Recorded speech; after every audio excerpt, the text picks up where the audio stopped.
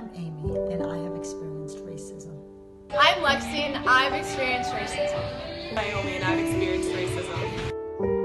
I have experienced racism. Hello, my name is Allison, and I have experienced racism. My name is Mia, and I've experienced racism. I'm Blessing, and I've experienced racism. Hi, I'm Sam, and I have experienced racism. My name is Jolie, and I've experienced racism. I'm Megan, and I've experienced racism. My name is Sarah, and I've experienced racism. Hi, my name is Gabby, and I've experienced racism.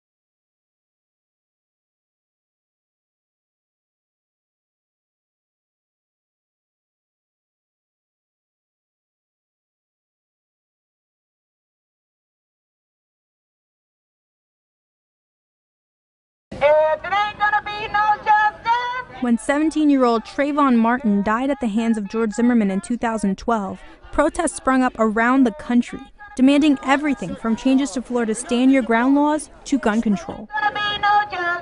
When do our children get to just be children? But one of the protests, Black Lives Matter, quickly took on a life of its own. The phrase Black Lives Matter was first coined in 2013 by 3 African-American women in response to George Zimmerman's acquittal. But the term didn't gain widespread use until August 9, 2014, when Michael Brown was shot and killed by a white police officer in Ferguson, Missouri. Protesters swarmed the city, holding signs that read, "Black Lives Matter." The overwhelming police response to the protests kept the slogan in the news for days. While Ferguson began to calm down, the combination of social media, ubiquitous video cameras, and the recurrence of African-American deaths at the hands of police meant that it was only a matter of time before Black Lives Matter reappeared. On behalf of all New Yorkers, I want to offer my deepest condolences to the family and loved ones of Eric Garner. 4 months later, when a police officer was acquitted in the death of Eric Garner, an unarmed African-American man in Staten Island who was choked to death on camera, Black Lives Matter was everywhere. Justice for Eric Garner! Justice for Eric Garner! In the days after Garner's death, rallies were held in 5 cities, with protesters calling themselves part of the Black Lives Matter movement. I can't breathe! Almost a year later in Baltimore, Freddie Gray, a 25-year-old African-American man, was chased by police and later found in the back of a police van with 80% of his spine severed. Riots ensued and the damage cost an estimated $9 million. Stand up and say loudly and clearly, Black Lives Matter. And activists from Black Lives Matter affiliates have since confronted politicians at campaign events. We're gonna let you on the mic. We're gonna give you the mic. Black Lives Matter! Black Lives Matter! The online movement has taken on a life of its own. And unlike a lot of hashtag activism, the Black Lives Matter banner has generated a sustained rallying cry for change and real-world results. When the University of Missouri came under fire for failing to address persistent complaints about racism on campus, Black Lives Matter contributed to protests that toppled the school's president. Nobody is free until all of us are free. That's the end goal. The movement has generated some backlash, but the core argument that African Americans aren't treated equally is backed up by statistics that show that black men are killed by police at a higher rate than white men. Until those numbers change, the Black Lives Matter movement isn't likely to go away anytime soon. Hey NBC News fans, thanks for checking out our YouTube channel. Subscribe by clicking on that button down here, and then click on any of the videos over here to watch the latest interviews, show highlights, and digital exclusives. Thanks for watching.